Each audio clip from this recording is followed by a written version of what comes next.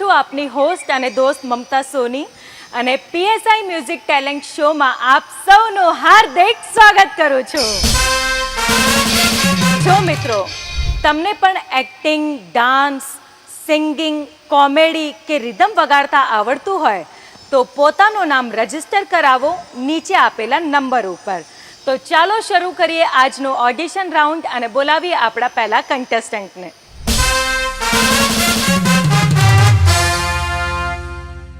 જે આપણી વચ્ચે નેક્સ્ટ કન્ટેસ્ટન્ટ આવ્યા છે, તમારું નામ શું છે?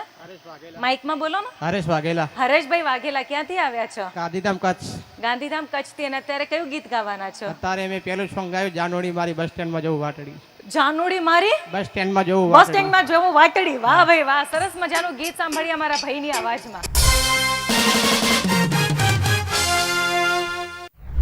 જાનોડી મારી બસ સ્ટેન્ડમાં જોવું તારી વાટડી. જાનોડી મારી બસ સ્ટેન્ડમાં જોવું તારી વાટડી.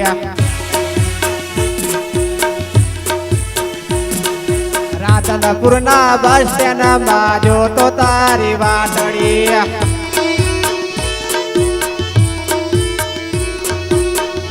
ગોડી હવે મને ફોન નથી કરતી.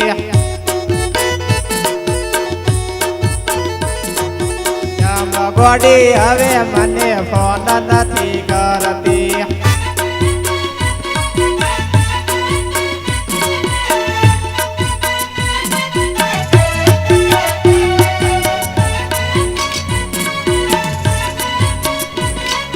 હાથોમાં હાથ લઈ બીજા જોડે ફરતી.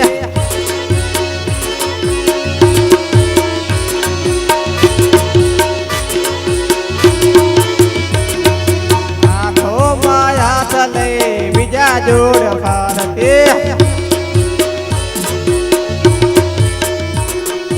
જાનોડી મારી બસ સ્ટેન્ડમાં જોવું તારી વાટડી.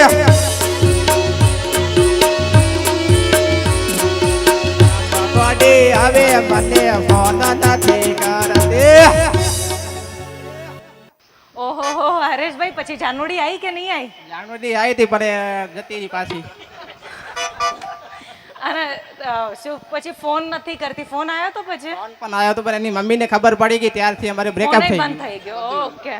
અને પછી તમે બીજા જોડે હાથમાં હાથ ફરતા જોઈ હતી, એ બીજા ભાઈ આ હતા? કારણ કે એમને બહુ દાંત આવતું હતું. ભાઈ ભાગી ગયા હતા મને મૂકીને. અમે એ બંને મુલાકાત ભાગી ગયા હતા.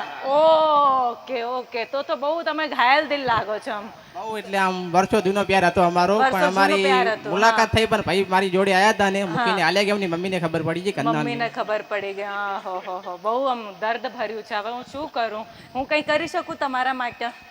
બને એટલી મદદ કરું. હા, શું કરું? મદદ છોકરી ગોતું તમારા માટે? છોકરી તો ઘણી બધી છે, પણ બધી બેવફા નીકળે છે. બધી બેવફા નીકળે છે. તો હવે શું મદદ કરું હું? તમે બોલો, એવું કરું હું? બોલો. છોકરી તો ઘણી વાર પગાર આવે ત્યારે કપડાં લેવા છે, પેલું દેવું છે મારે, મારી જોડે ફરવા ચાલો, માર્કેટમાં ચાલો. અચ્છા, પગાર આવે ત્યારે. એટલે 1 થી 5 તારીખ સુધી તમારી જોડે છોકરી ફરે, પછી ત્યાં સુધી તમારો ખાલી થઈ જાય. બાજુ ખાલી થઈ જાય એટલે મારે કંડા પૂછે કે પગાર ક્યાં છે તમારો? મેં કહ્યું પગાર તમારે વપરાઈ ગયો. જાનુડી પાછળ જાનોડી એવી મળી દગાબાજ મળી. અત્યાર સુધી કેટલી જાનુડી રહી છે તમારી? આમાં તો એક છે ખાઈ પીવી એવી, ભગવાન માતાજીની મહેરબાની છે. એક જ એવી નીકળી દગાબાજ કે એક જ દગાબાજ હતી ને. તો તમે કેમ બધાને કહો છો બધા દગાબાજ? એના માટે પણ મેં હાથમાં ચેકા પણ વાળા. અરે ચેકા ના મારવાના હોય, આટલા બધા ચેકા ગમ એવો લાગી ગયો તો ગમ વસ્તુ એવો ને આંધળો પ્રેમ છે. આંધળો પ્રેમ થઈ ગયો તો ઈ કે આવો તો વેલકમ ને જાવ તો ભીડકમ. હા, તો આવું વિચારવું જોઈએ ને. એટલે બહુ રૂપાળી હતી, આટલો આંધળો પ્રેમ થઈ આમ મસ્ત લાગતી, સુંદર લાગતી હતી. એટલે ભાગી ગઈ. એટલે હવે બહુ રૂપાળી છોકરી ના ગોતતા તમે. કારી હોય તો હાલશે આપણા માટે તો. અને મહેરબાની કરીને આવી છોકરી કોઈને મળે નહીં, એટલે બહુ દગાબાજ મળી હતી. છોકરાઓ દગાબાજ ના હોય. તો યાર પૈસા વપરાય બહુ કરતી હતી યાર. પગાર આવે ને ચાલો ને મારે પેલું લેવું છે, ચાલો ને મારી જોડે, તમે મારી જોડે ફરવા હાલો. અપાઈ દેતા હતા તમે? હા, આપી દે. તો મને વિશ્વાસ છે કે આ છોકરી મારી છે ને મારી રહેશે. તો મને ખબર નહીં કે આવી દગાબાજ નીકળશે. આ તો પાસેથી નીકળી દગાબાજ. હવે મને એવું લાગે છે તમારી આ દુઃખની કહાની છે ને આ એપિસોડમાં, આ ઓડિશનમાં પૂરી નહીં થાય. તમે એક કામ કરો, થોડીક વાર રોકાઓ. એટલે બધી તમારી જેટલી હિસ્ટ્રી છે ને બધું પોડકાસ્ટ આજે તમારી સાથે જ કરી લો. મારી પોડકાસ્ટ એટલે દિલની ખબર કહાની કેવી કોને યાર, જેને કહું એ એમ જ કહે કે આવો પ્રેમ ના કરે. પ્રેમ મારો આંધળો હતો, મારી તમારો દિલથી પ્રેમ પ્રેમ કર્યો હતો, આંધળો પણ મને ખબર નથી કે મારી જાણું મને છોડીને બીજે જશે. અરે બાપ એને રે, જન્મો જાનુ તારો ને મારો પ્રેમ એટલો જૂનો. જન્મો જન્મની સોગન ખાધી હતી મંદિરે કે આપણે જન્મો જન્મ ભેગા રહેશું, તમે જીવન સાથી ગઈ. મને ખબર નથી કે તમે આવું થાશે, વચ્ચે મૂકીને હાલી જશે. અરે હું તમારા દિલનું દર્દ સમજુ છું હરેશભાઈ, પણ વાંધો નહીં, આપણે એક કામ કરીએ, અત્યારે એને ભૂલી જઈએ અને તમે સિંગિંગ ઉપર ફોકસ કરો. કેટલું સરસ ગાતા હતા જાનુડી, જો તું ગાતા હતા. આહા. પહેલી જ મુલાકાત રાધનપુરના બસ સ્ટેન્ડમાં થઈ હતી અમારે.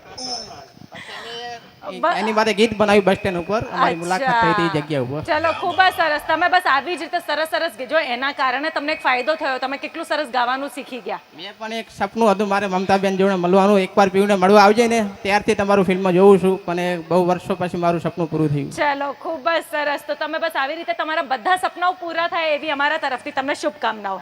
હજુ પણ એક સોંગ ગાવું છે, તમે રજા આપો તો ગાઈ બસ નાખું. એ ફરીથી સાંભળીશું નેક્સ્ટ ટાઈમમાં. હવે એક પેલા ફોટો પડાવીએ આપણે. ચલો.